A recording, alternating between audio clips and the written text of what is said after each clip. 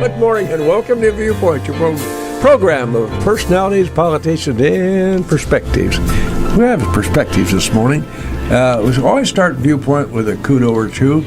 This morning, Judith Kay and listeners with your leisure, I think we'll just nominate the folks who, by virtue of the nature of their job, have to work outside today. Oh, my word. Boy, as your daddy used to say, you can sure tell you your short sleeve off. Well, yes. I didn't this morning, so I put on sweatpants so I wouldn't have to worry about that. I'm thinking in particular now of the boys. We've had them as guests up here, the gentlemen who work on the courthouse dome. Yes. And now they've encapsulated part of it. But boy, it had to be cold up on that roof. Just a little bit of wind, and it's kind of biting. Really and the biting. wind has been horrific. Yeah. I don't know who ordered that. It wasn't you, Jim, was it? Well, let's get down to serious business. We're going to talk about the wind this morning. By the way, we'll have to get a hold of that gentleman from the Weather Service. We had a talk with him, Jim, the other day, and he would like to do it in absentia, but in other words, on phone. But it just works out better if you have your guest on studio. So anyway, our guest this morning. Why don't you get around to serious? We have a serious guest this morning. Yeah. You crawled out of bed just for us. And just for you. This is somebody that I've known, and I'm sure both of you have, forever, because. Well, don't make him that old. Henry Johnson has always been a force in this community, and his wife Ida was a teacher at the high school, so many of us knew him through her, and they have a beautiful daughter. I think we'll credit Ida. She looks a lot like her mom. With the beauty, because Ida is such a beauty. Anyway. They come from a wonderful family, and we're sitting here having a really interesting conversation about how things come to pass. And Henry has been a clergyman for his adult life, over 50 years. Well over 50 years, yeah. And he was with the prison industries for a long time, and that's how I met Henry, actually. Yes. What was your number then? Yeah. Oh, no. I wonder if Lutheran Social Services still has that service where the volunteers go out there for storybook. Do you know, Henry? I do not. I do know that volunteers as a group are not allowed in because of COVID.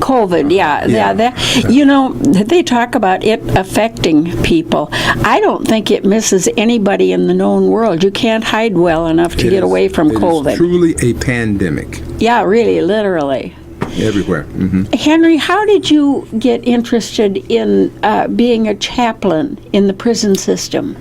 Well, I finished school, that is my seminary training at Lincoln Christian Seminary, about the time that Logan Correctional Center opened, and it was formerly it was the annex to the Department of Mental Health.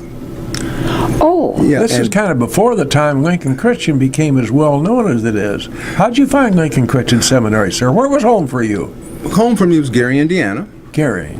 And through high school, music man. My high school experience at camp, and then, with other churches and fellowships at those churches, David Downey from the Christian Church in Joliet here in Illinois mentioned Lincoln Christian College. It was known as Lincoln Christian College at the time, and asked me if I'd like to come down and see it. So he brought me down to the campus, and I looked at it, and I said, okay, this is what I will do, because I had known for years God was calling me to ministry.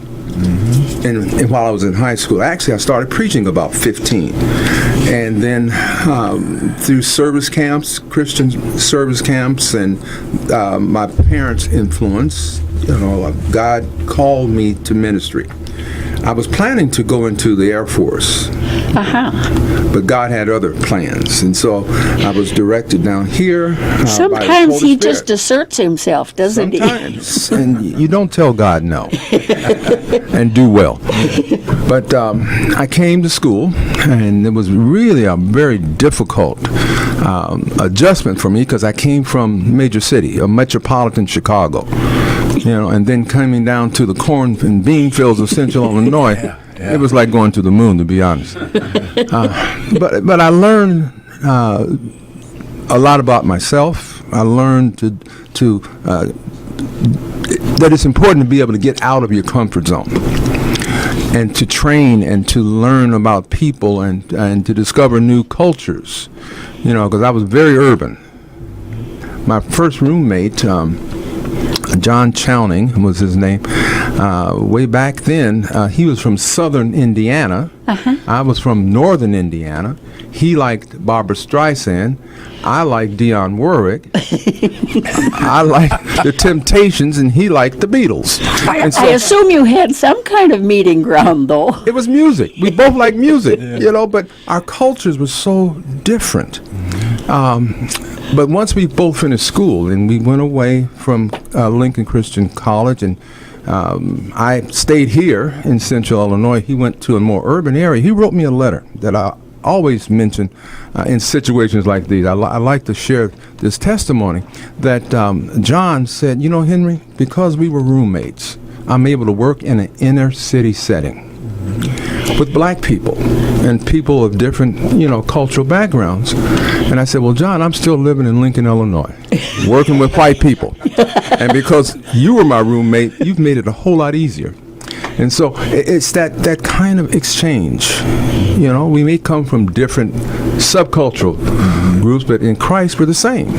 And you learn that when you get out of your comfort zone and you're ready and willing to mix with people. Yes. God was preparing me then to be a chaplain in a prison setting, working with people from all over the world, as well as staff.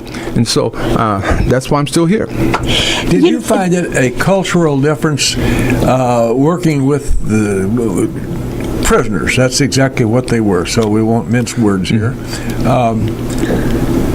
Coming from different backgrounds as they did, some of them from off the street, some of them from good backgrounds. Was it a kind of a cultural shock for you, sir?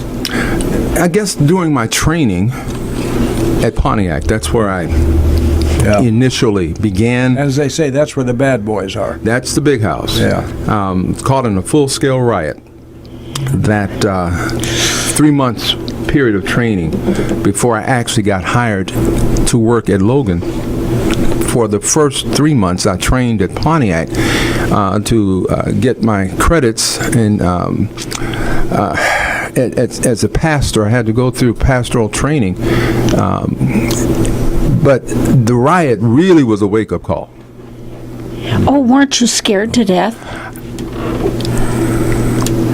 It was surreal. It was almost like walking through a movie set, to tell you the truth. And the inmates around me weren't threatening. They were more scared than I was. And I can remember I was in my office there in the chapel. Actually, it was the gymnasium of Pontiac Correctional Center. And one of my clerks came back and said, "Chap, you got to come see what's going on." And I looked out the window, and smoke was going everywhere, and there was a building burning, and inmates inside of the gym that morning, that Saturday morning, were watching Saturday Night Fever. Oofta. And part of the front of the gymnasium was on fire. And the inmate said to me, "Chap, you need to get a hold of WGN because they're going to really roll on us, and you got to help." I said, "Well, listen, guys, just don't give them a reason to do anything physical to you. Obey their rules." Well, 3 officers were killed that day, and it was a tense time. And I couldn't get out. They shut all the doors. But they were not evacuating staff, so I just decided to do what I could to help, to kind of calm the situation as much as possible. But I went into, I think it was North House, and began to walk around and explain what was going on, because the smart guys stayed locked up that day. And I just told them, guys, whatever the security tells you to do, you do. Okay? 3 officers were killed. And it was just a sobering event, sobering circumstance. Weren't you scared to death? Not scared. It's like God's Spirit just engulfed me. I learned later my mama was praying for me. Well, she saw it on TV. Isn't that interesting? She was, she saw it on TV way down in Louisville, Kentucky. Yeah. But that day I wasn't afraid because the inmates around me weren't threatening. Okay. I didn't feel threatened by them. They were asking for help, to tell you the truth. But I tell you, later on that week, in the following week, one of the guards came to me. He said, "Chaplain, I'm so sorry. I almost shot you." Oh. And I know what it was. It was the excitement of the moment. It was the smoke and people running to and fro. And he saw was my black face. And then eventually he saw my civilian clothes and my badge. But that's when I got scared. Well, When I thought back, it was a good idea. back, the following week when the riot took place. No, I wasn't afraid because of the men around me. The inmates around me were not threatening. But at that moment, I said, "Wow, I came that close to getting shot." But I knew that what God was doing is bringing me through my wilderness walk. Like Jesus went into the wilderness before he started his ministry in preparation for ministry and ultimately his death on the cross. God was preparing me for ministry in the Correctional Center. And I said to myself, and I said to God, if you got me through this, whatever lays ahead is a cakewalk. And so I knew that was the profession God wanted me to be in. Let's define calling. How does that happen? I don't think I ever had a calling. I think I've just kind of gone from day to day for 82 years, and I'm still here. I've got an answer for that, Mr. Wright. But this is a family What's a calling? A calling is... How do you know? Because God talks to you. He speaks to you. He speaks to your soul. And then he equips you with the tools to do the job he's calling you to do. It's called faith. It's called faith in terms of being directed into places where you don't know where God's taking you. But at first it begins with initially hearing and attuning our ears and our hearts to hear the voice of God. And he will speak to us. With your being in this riot, actually, if you can keep your head about you, it's a wonderful opportunity to be a real chaplain, a real minister to these people. And in that moment, because I'm sure they were as frightened as you were. Yeah, it is an opportunity, but it is also an opportunity to be an extension, a vessel of God's Spirit, God's Holy Spirit in the moment. It's spiritual. It's not anything other than that, where God takes over and begins to speak and guide. And if your heart is in the right place to listen, He gives you the peace and the calm to go through. There are people out there every night have their individual talks with God in their own way. That's a matter of exemplifying faith. By the way, talking about faith, our sponsors pay Jim good money here to be on WLCN with the good faith that we're going to put them on and say something nice about them. So go right ahead, Mr. Ash.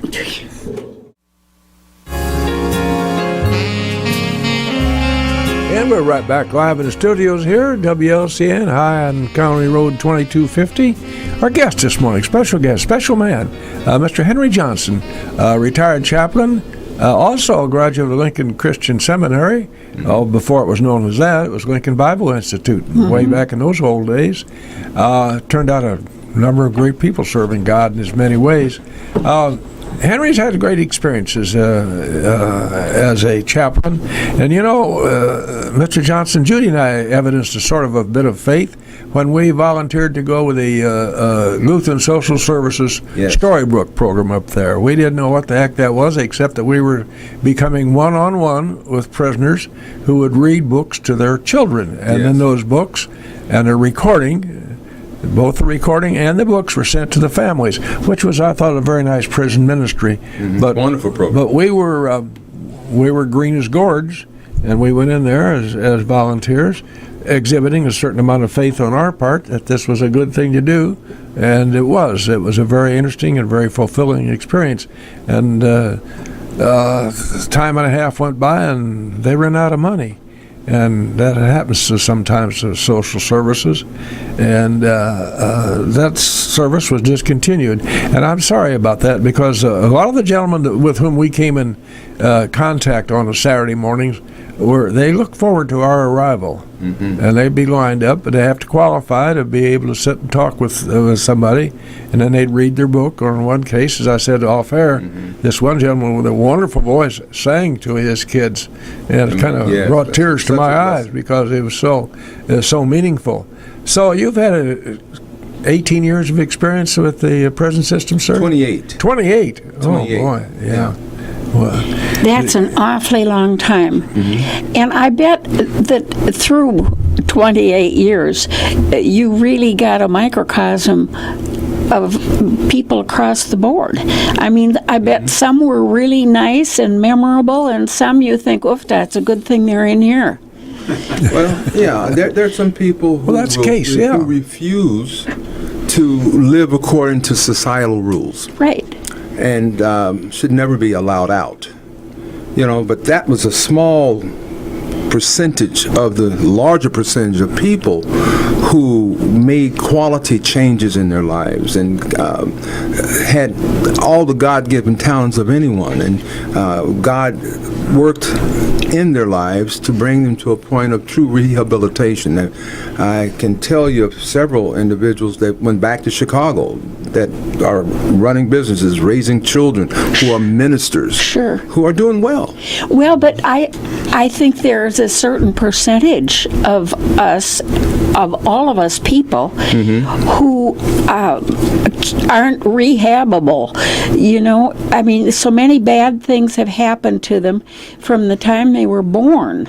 That's true of some people, yes. They just can't get beyond it. Yeah, and that's why we have prisons. Prisons are simply institutions charged with the responsibility of protecting society. But that's not most people, that cannot come out and be productive. If society then would give them that second chance that we talk about, everyone deserves a second chance, it helps to reinforce the idea of their humanity, that they are more than just a burglar or a person who's committed murder. There was one inmate that killed his girlfriend. I remember him saying, because he was in the life, he was in show business, he was doing all kinds of things out in the world that were not spiritual. The brother of the girlfriend came, and before us all, he forgave the inmate that had committed the murder. He came in and gave a testimony during one of our chapel services. That same inmate is out, got hired at one of the local stores in Springfield, and helped that store increase its volume of income and sales. He was a natural salesman. Well, you can't just stamp stupid on somebody's forehead because they've made a mistake. Oh, no. Because that doesn't, they made a mistake, and those things have to be paid for. I can tell you, the men and women I've met, I really have not met a stupid person. They just use their abilities in ways that were criminal. Criminals aren't stupid. No. Some of them didn't get that far without being. No. The reality is that no one's really born and raised.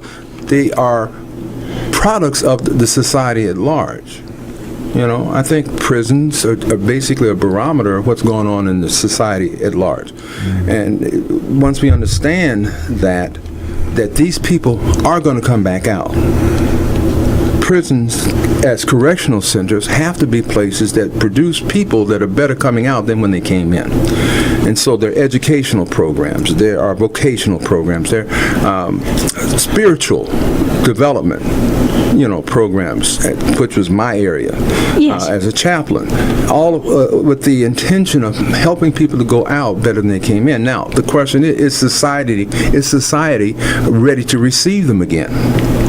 Okay. Well, that's a major question, of course, nationwide. Yes. Your guest this morning is Mr. Henry Johnson, the retired prison chaplain, 648-5510. Henry comes with real good credentials, folks, and he has a lovely family. And we're going to talk about his daughter for just a minute. 648-5510. Let's get to this business about your educated daughter and what she's doing. Now, I had it in mind that she was a professional chef, but that's not correct. That's a part of her. That's a part of her growth. She at one time thought she wanted to be.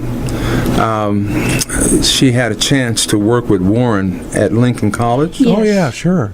And he taught her some basic cooking, recipes and skills as a chef. But then she catered a wedding out at Lincoln College and discovered you have to bus tables and sweep up, clean up, and it's a lot of busy work. You don't start off chefing. And so she decided that, Dad, I don't know if I want to be a chef. That's a lot of hard work. But what she discovered is that she loves cooking. And in Nashville, where she lives now, she always has a new restaurant she wants to take her mother and me to. And we've gone to some really fine places to eat, and some vegan places. She's developed a taste for vegan cuisine and healthy, vegetable-based cuisine, and then she's developed some vegan recipes herself. Very, very, very wonderful food. Now, I'm a carnivore. I have to admit that. I'm not going straight vegan. But your weight's great. Yeah, well, I try to exercise by doctor's prescription, but she has developed some wonderful recipes herself. But she loves cooking, and as a psychologist, which is very stressful, as you can imagine, for her, cooking, grilling, and getting out in the backyard, it's a stress program. Sure. Yeah. And she's very good. She's very good cook. Everybody's got to have something, whether it's reading a book or cooking a new recipe. It has to have something that's an outlet. Yeah. For me, 648-5510. Our guest this morning, Mr. Henry Johnson, guy whom I've respected, and Judy too, and that's why we're bringing Mr. Johnson back as a guest. We had him on some time ago. A gentleman with great respect in the community. If you want to ask him some questions about being a prison guard, he can tell you in generalities. He's not going to reveal any secrets, so don't call in and ask for any secrets. But seriously, prison chaplain, though. All of us, as prison chaplain, professionals, makes a great impact on the guest list at the prison. In some cases, I vouchsafe knowing nothing about this at all whatsoever, obviously. But a chaplain is kind of a last resort to some people when they end up as a prisoner. Am I correct in that general assumption? The role of the chaplain is to help the inmate get in touch with his creative purpose as a child of God, to encourage that person to understand God as they have been raised in their own cultural traditions. I've worked with Muslims and Buddhists and, of course, Christians from all denominations.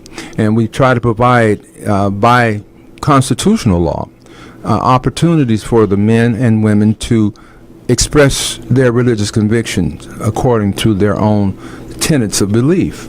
And so I can share my faith, but not impose my faith on people of different religious backgrounds. And so we certainly Why have you Christian put service. that well?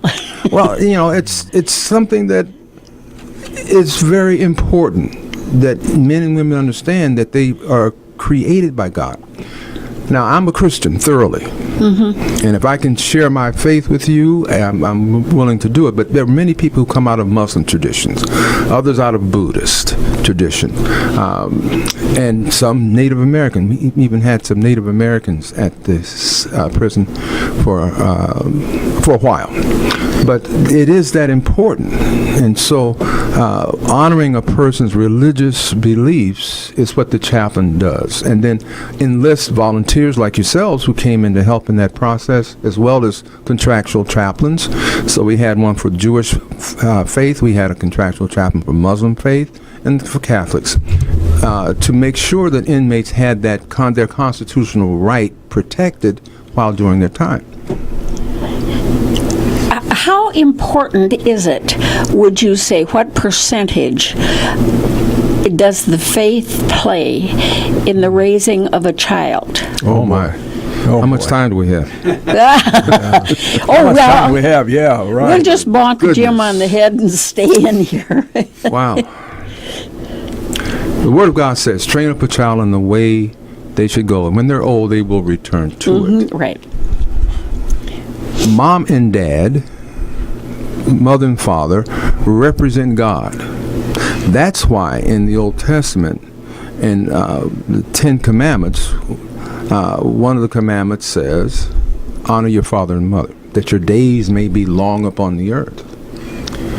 And then that same law is repeated again in Ephesians 6, 1-2, where it says, children, obey your parents, that your days may be long upon the earth, and that fathers do not exacerbate your kids, but bring them up in the nurture and admonition of the Lord.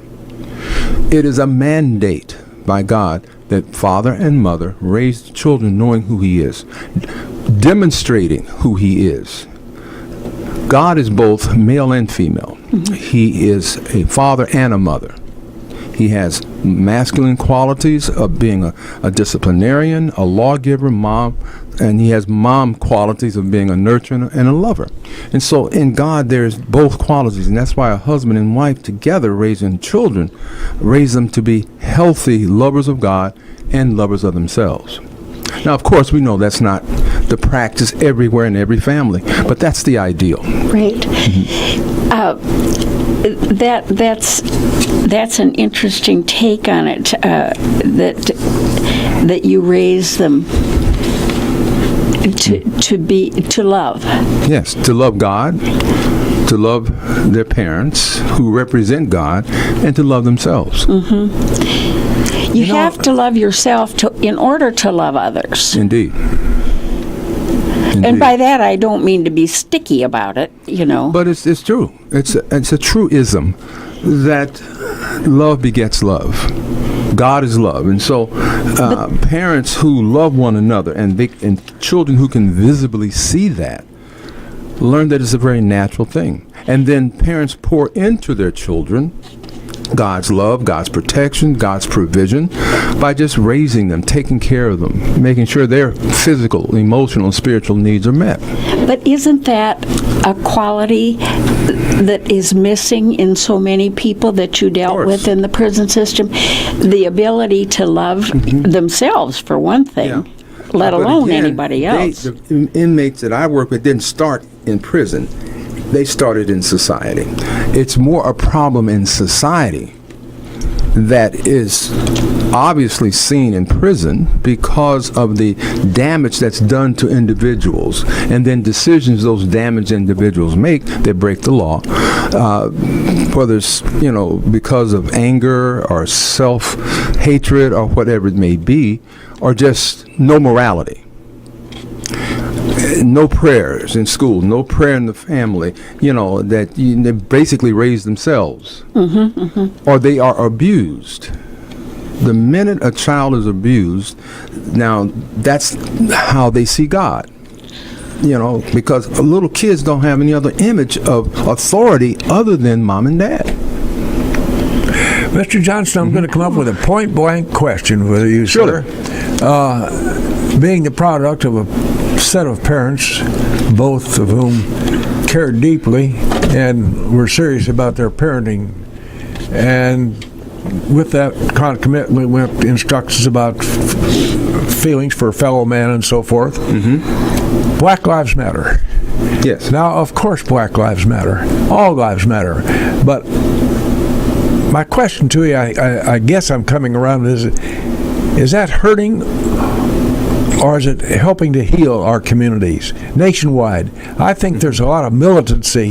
This is my opinion. A lot of militancy in this Black Lives Matter thing, and there's a lot of injustices created over people saying my life matters. Well, of course his life matters or her life matters.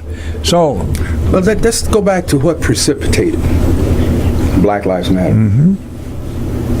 What started it? Well, I presume that started with Dr. King. Actually, it goes back beyond Dr. King, but certainly includes the Civil Rights Movement. But right after the end of the Civil War, when black slaves were free, black people were free, given the right to vote, by the way, which did not include women, white or black. No. Not until the 1920s did women even get the right to vote. But there was a backlash that happened because of the freeing of slaves, known as Jim Crowism. You've heard of Jim Crowism?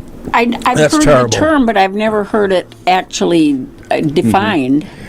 It was a backlash by Southerners to maintain the status quo, to maintain the culture that slavery had established, slave owners had established, where there was a permanent underclass of black people and upper class of white people who were in control of everything. Slaves really didn't have a whole lot going for them after slavery because that 40 acres and a mule was never provided. Yeah. Okay, and That'll happen with government once in a while. that happens.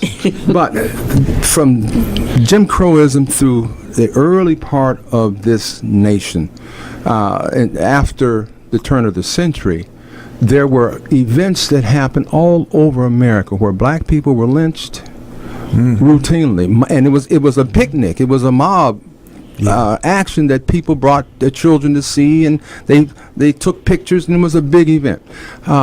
In Springfield, Illinois, in the Red Summer of about 1918, there was a race riot in Springfield, just 30 miles south of us, where black people were lynched because of a woman who said that she was raped by a black man, white woman, and what had happened is that she got caught having an affair with another man, but she blamed it on the white man, and so the community raided the black community in Springfield, lynched people, burned their homes. Did you know that? No, No, I I'm not aware of didn't, that. and I don't Look up the- understand it either. Look up the Springfield riot and get that history. But at about that same time, also in Tulsa, Oklahoma, a community of African Americans were very prosperous. They had their own theaters and business and banks, and it was known as Black Wall Street. Was burned to the ground by the militia of Oklahoma as well as the community. They bombed them, they burned them out, and shot men, women, and children. So, Totally beyond McCann. Okay, now the question is, what sparked Black Lives Matter? Fast forward now to from 1918 to the 1950s, when Dr. Martin Luther King, Rosa Parks, and many others were saying enough's enough. In 1955, a 14-year-old kid from Chicago, Emmett Till, yeah, was that very well. brutally murdered and thrown in the Tallahatchie River. Then, throughout the 60s, people were saying enough is enough. We are American citizens, tax-paying American citizens. What right does any state have to tell a tax-paying American citizen, you've got a ride at the back of the bus? Or we're going to make sure you end up in prison because we need to keep this racist system of slavery going. And then laws were passed, Jim Crow laws, and then laws that continued into the 1900s, where black men began to fill up prisons because there was a prison industry that had to be maintained.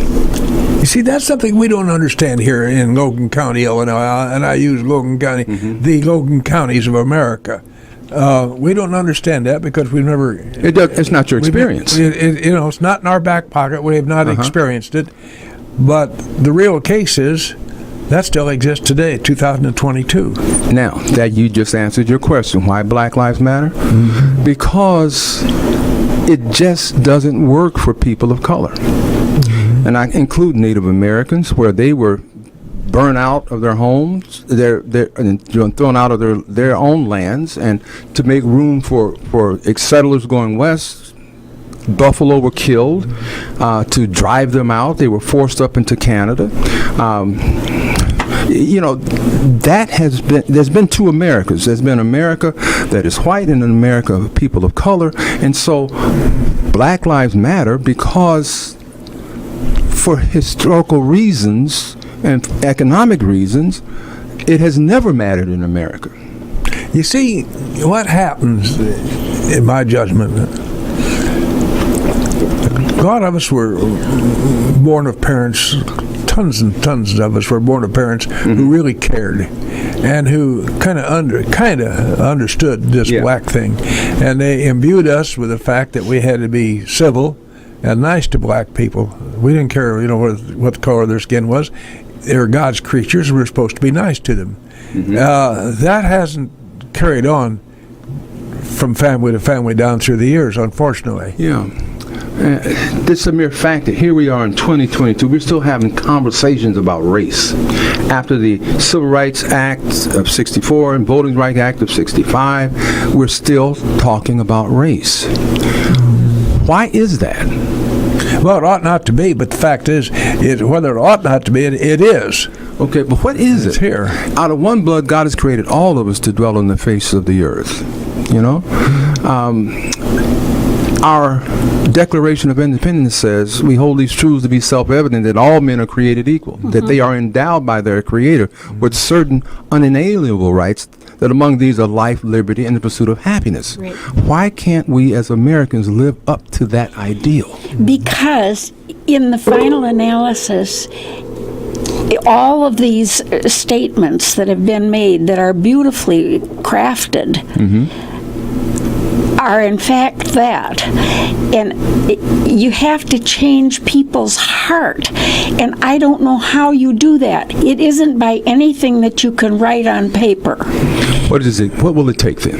I think it's the mother's job. I don't know why. Maybe it was because that was the side I was on. We'll just call her Judy altruism. But be careful with that, because then you blame mothers for failing for the past 200 to 300 years to teach equality and dignity to their children, and now we have a world that does not respect anything other than power and money, right, or whiteness. So you're saying that mothers have failed to teach their kids to do better, to think better, and to be better. I take issue with that. I don't blame mothers, because there were a time when mothers couldn't even vote. True. Okay? And so I don't blame mothers for that. I blame I have to pick my words real carefully here, because it is an American ideal that the quest for power is going to make sure that some people are low and others are high, because all that matters is political control, economic control, and exploitation of certain groups will guarantee that. That's the history of America. Now, we don't like to say that. We want to think that we're better than communist countries, totalitarian governments where people are really repressed. But we say on our dollar bill, and we even say in our Constitution, that in God we trust. It's implied and certainly in the Constitution. But that's not true. We don't trust in God. We trust in power, and power will get you wealth, and that's all that matters. Well, tell me in this world how you ever bring that about. Bring what about? Trust. Trust and caring about one another. Where is it going to come from? Well, and that goes back full circle now to the question of why Black Lives Matter. It is because when people are oppressed, they will take it for just so long. That's how our country came into being. No taxation without representation. We told King George, enough's enough. Mm-hmm. If it worked for America to get free and to be able to spread your wings and enjoy the benefits of what we call America, people of color are saying the same things. All we're saying is we want to be free. We want America to recognize our humanity and that all of us together can make this country great, because if we don't pull it together, we will destroy it. And now I want to ask, go ahead, ask sir. This question: what is America so afraid of? Losing the power. Thank you. But if power rests in God, and God is the author of authority and all power, why are we fighting against God? What's to be afraid of? Dr. Busby? The line is yours. You see what I'm saying? Is that's I where could rubber sit meets the for road. hours with you, just banty back And and that's forth. exactly why we have our guest this morning, Mr. Henry Johnson, a gentleman for whom we have great respect. And by the way, he brought his wife Ida to us. She was a great educator out there at Lincoln Community High School, and much to my surprise, she'd been retired a lot longer than I thought. So, Henry, we appreciate your being with us this morning. It's my Judy pleasure. says, "What are we going to talk about?" And I said, "Don't worry about Henry. He'll lead us." And you have. Thank you. We don't have enough time to Yeah. really talk about all of these issues in depth.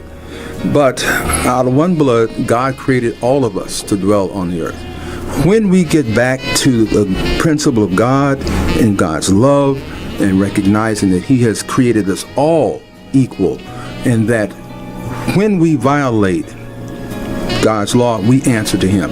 And we will destroy our nation if we don't get back to the basic of just trusting and having faith in God and being obedient to His word. And that's your sermonette for this week. Thank you very much, Henry Johnson. Amen. Thank you, sir. Henry,